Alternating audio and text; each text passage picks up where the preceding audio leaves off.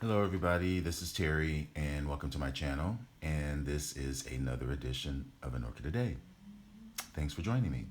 Today, I have something special, and it's going to be a challenge for me as well. This is a brand new species, Brassavola, that I just got. This is Reginae, synonym Ciboletta, or also known as ovaliformis. Now, Brassavola reginae is a small-sized, cool-growing epiphytic species found in Bolivia, Paraguay, Brazil. In Brazil, it's found in Bahia at sea level, sometimes growing right on the beach in the sand, or on the trunks of trees in bright spots. Um, it is an epiphyte, as I said, and as with all Brassavolas, they are best grown mounted on wood with high light and humidity and ample water while in growth, and a lessening after the pseudobulbs have matured or after they've flowered. And that's pretty much standard for all of the Brassavolas, which are commonly known as Lady of the Night orchids, subtribe of Epidendra, and then Laelia. So these are basically small cattleyas. The blooming season for these are generally from the summer into the fall. Flowers are generally small white, pale yellows, sometimes lime. They often, as I said, have a fragrance at night.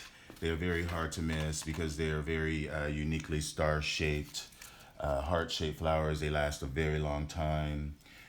Their bloom size are about 2 to 6 inches, and they often give off that irresistible sweet citrus nocturnal scent. And this is Reginae, which is extra special to me. Let me get in here because of the lip. See that this is a going over flower, as you can see, but the lip, you can still see that chartreuse area right there that's yellow, that with the outline of the white, and oftentimes there will be a little spot of green in the middle of there as well. There it's a little bit more focused, but it is a spent flower, but you can still kind of see the flower and how it is different from just the standard white star-shaped or heart-shaped flower. I did say that this is a cool grower, so I had originally planned to plant this on a cool log and try to keep it cooler in the summertime. But I'm going to mount it on this piece of ceramic. I think that'll do just fine. I actually got 2 pieces of it, so I am going to put one on a piece of cork and one on this piece of ceramic. So I am just going to go ahead and get started on this. Won't take me too long because I'm just going to zip tie it, and you can see this. I debated for a while which side I was going to mount it on. I'm thinking about this side because it looks, although both sides have texture, I think that will be more suitable. Even though the roots are very fine, it will probably be fine with this one, but I'm going to do it on this side. And so this is the direction that has the flower on it. So this will be going in this direction. There's the flower up there. And I'm going to drape it and just zip tie it to this mount. I am thinking that I saw another growth, yes, right here, that will make it growths going out this direction. So after this one blooms and this gets a little bit of a rest after the bloom cycle, and it probably will get, well, I'll still water it, but not every day like I normally would, mostly just misting it to get the keep the roots moist. Not dunking it in water per se. But yeah, there's a new growth over there. I don't think there's another one.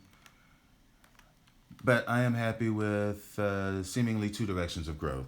So I'm just going to go ahead and lay this down here and get my zip tie out and get her done. I'm gonna have to start looking for some zip ties that are um,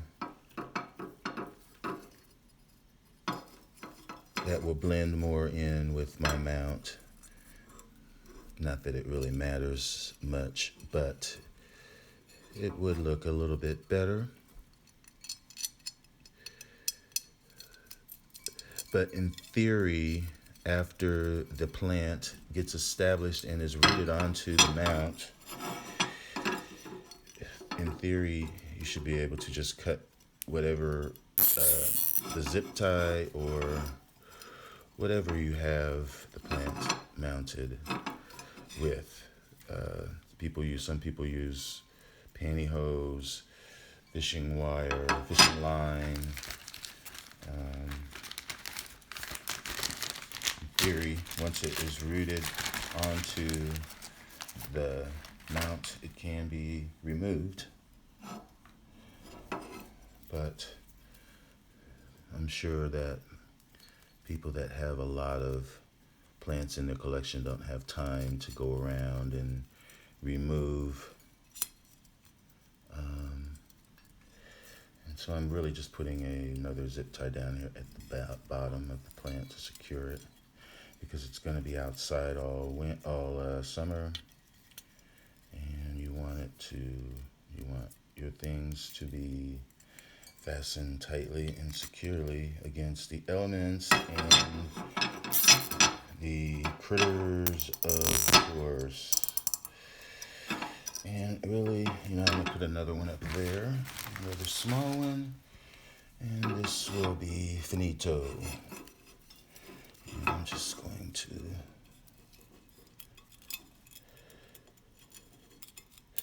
put it through the holes. I really love these, this mount in particular, this ceramic. Thank you, Natalia. Just one more orchid. I'm not sure if she has these on the website, but that's where you can get them. I'm going to just loosely pull this one in, because hopefully the roots will attach. I just want to secure it somewhat so that it's not flopping around. And folks, that is going to be my mounting of this division that you can see is zip tied all through the mount. That's Brassavola reginae that I already gave a brief description of. Now I've got this other little division, and I'm not sure if this had a new growth on it, but it looks like it's maturing a growth here at the end. So I'm going to mount it like such, with the plant going vertical. And so easy peasy, just stick a zip tie through to the rhizome or to the stem. Well, let me get behind that pseudobulb, because that looks like it's a maturing one or an immature one nonetheless. But anyway, I want to get behind there. I want to lock that in, and so now you can see it is flush. Although there is a spent one behind there that I could get out, but that's already blown, so it'll be fine. And then I'm just tying it. I'm not tying it, but just slipping it through and tightening it. And I could put another one down there, which I'll just do it just to make sure that it is completely tied down here at the base. I'm just going to slip it in that way and wrap it around.